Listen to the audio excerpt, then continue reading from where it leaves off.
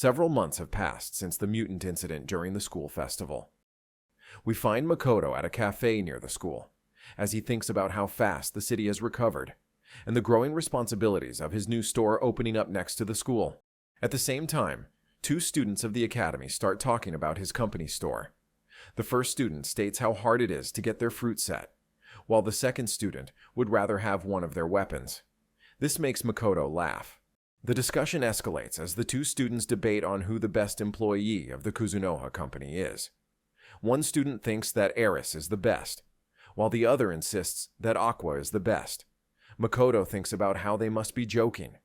Two other students join the debate with their own opinions about Shiki and Lime. Makoto takes this as a sign to leave before the chaos really begins. As Makoto walks away from the cafe, a mysterious figure calls out to him asking for directions to the Kuzunoha company. Makoto was stunned by the familiar voice as he turns to find his old senpai, Hibiki. Smiling, Hibiki surprised to find her junior in another world. As Makoto recovers from the surprise meeting, he thinks about what she could want with his company, and whether to reveal his identity as Raidu, the leader of the Kuzunoha company. Hibiki, confused by the silence, calls out to him. Makoto reveals that he runs the Kuzunoha company, and that he goes by Raidu now. Hibiki's reaction is one of shock and curiosity. She asks if he's also a hero, but Makoto confirms this not to be the case. They decide to continue with their conversation back at the Kuzunoha company. As their discussion continues, Hibiki explains she needs her sword repaired. Hibiki informs Makoto that this sword was made by Baron at their other store. Makoto explains to Hibiki that it can be fixed, but it will take a few days. With the sword matter settled, the conversation shifts to their shared past in Japan. At some point during their talk, Hibiki ended up sitting next to Makoto and continued their talk about Japan, the wasteland, and Hibiki's party members. When suddenly, a loud bang came from the door. As the door was swung open by Mio and Tomoe entered the room. Mio could no longer tolerate how close Makoto and Hibiki were getting. At this point, Makoto and Hibiki were even touching shoulders. Makoto tried to apologize for the incident, but Hibiki stayed silent as she stared at Mio. When Hibiki finally answered, Mio cut her off, asking which arm would it be, left or right, as Mio intends to cut off one of them. Makoto tries to calm Mio down while protecting Hibiki with his invisible mana armor. Hibiki apologizes and tries to clear up the misunderstanding, and after a bit of back and forth, Tomoe offered to walk Hibiki out. As Tomoe is walking Hibiki back to her inn, she takes this time to read through her memories. She mainly searches for memories with Makoto, but stumbles across memories for swordsmanship, and takes the opportunity to ask for a sparring match to learn more about the art of the sword. As the night draws near, Hibiki enters her inn.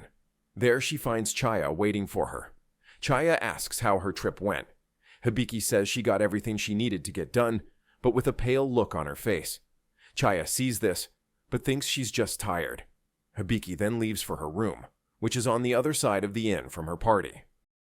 With her party on the other side of the inn, she can be herself and not a hero. She thinks back on the day and is thankful that they will be getting aid from the Academy's Mage Corps going forward. The real problem stuck in her mind is Makoto. Thinking back on her sparring match with Tomoe, she may have won 9 out of 10 of the matches, but only in swordsmanship. Hibiki could easily see the power difference between Tomoe and herself.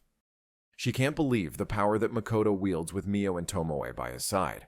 She doesn't know whether Makoto will be an enemy or an ally. Meanwhile, in Kalanion, Makoto is dealing with his own issues. We find ourselves in a dream. Makoto is face to face with a Black Knight with a hole through him. The Black Knight's identity is the student Lumgand. Lumgand still blames Makoto for everything wrong in his life. Makoto, on the other hand, couldn't care less. For some reason, he is reminded of a microwave, as he raises a barrier around him and starts to pour massive amounts of magic into it. Cutting to a street over, we find Hibiki, when suddenly she hears a loud pop from the distance.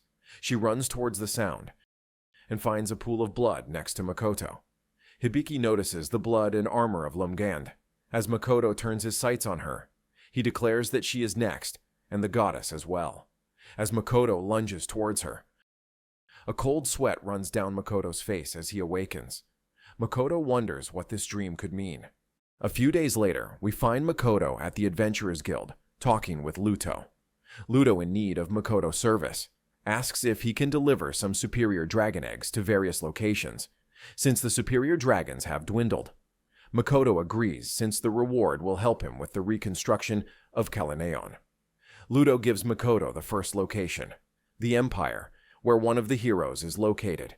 Luto also advises Makoto to be careful of the hero since he wants Tomoe. On the road to the Empire, Makoto is accompanied by Shiki and Tomoe. Tomoe insisted on tagging along since she wanted to read the other hero's memory, overlooking the Empire's royal capital. Makoto reflects on how much colder it is than he anticipated. Captivated by the breathtaking view and the sheer size of the Empire, he decides to send Shiki to investigate the city after delivering the egg. After finishing up their sightseeing, the group heads over to the Imperial Castle, where they will be guided to the drop-off location by the princess and meet the hero. We then find ourselves inside the castle, where a guard separates Makoto from Tomoe and Shiki. As Makoto waits in a separate room, he notices 5 people approaching. The first one to speak is the princess. She thanks Makoto for coming and suggests he should open up a store in the Empire later on, with a smile on her face but a cold glare in her eyes. The princess then introduced the hero Tomoki. Tomoki was quick to ask if Makoto was Japanese. Makoto clarified that he is older than him, and yet he spoke so casually towards him. Makoto was appalled by the lack of respect. Tomoki continued to talk and talk, but the princess cut him off. She asked Tomoki to save the talk for another time, but Tomoki insists as his charming eye engulfs the whole room. The princess, noticing that she was not getting anywhere, left to go speak with Shiki and Tomoe. Makoto was unaffected, yet felt like a sneeze was coming on. Tomoki then asked Makoto for a request. Makoto, not wanting to do anything with him, still heard his request. As the words left Tomoki's mouth, Makoto lost all train of thought, as the request was so disrespectful and outright mentally ill that Makoto could not speak. Tomoki clarifies that he of course will pay. He states that he will trade the noble girls around him for her. The 3 noble girls move over to Makoto. Tomoki states that even with all 3, their levels aren't equal to Tomoe's, so he will make up the rest later by letting Makoto choose from his harem. Makoto stayed silent, but enraged. Tomoki, tired of the silence, pushes Makoto to speak. With a deep breath, Makoto refuses. Tomoki asked again. Makoto knows he did not speak softly, and yet Makoto repeats himself. Tomoki was unsettled by Makoto's response. Tomoki then states that Makoto's companions are quite strong, but they are not here, and he is alone. Makoto, with no emotion behind his words, responds with an "and."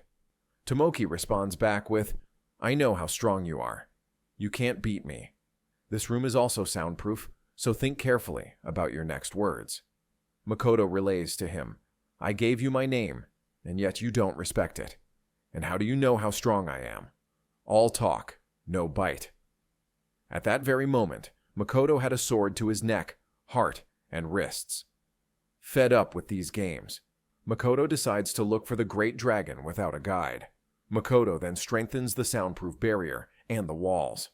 Makoto also put all the girls to sleep with his armor and a spell. As he closed the distance between Tomoki and himself, Makoto suddenly appears behind Tomoki, gripping the back of his head and slamming it into the floor. Without hesitation, Makoto strengthens his leg and delivers a lethal kick to his head, sending him flying into the wall. Tomoki tries to fight back, hurling knives, explosives, and casting spell after spell. But Makoto remains unfazed, relentlessly closing the distance. Makoto then unleashes a barrage of punches on Tomoki, striking him over and over, that Makoto even lost count midway through. Makoto ignored any words that came from Tomoki's mouth, and blocked every form of resistance from him. Makoto beat Tomoki to the point that not even a sound left his mouth anymore. After all was said and done, Makoto healed Tomoki and put the room back together. Makoto then warned Tomoki to not try and take anything from the Kuzunoha company again. Next time, he won't be so nice. As Makoto left the room, he was satisfied with his actions and decided to make the power of the Kuzunoha known from now on.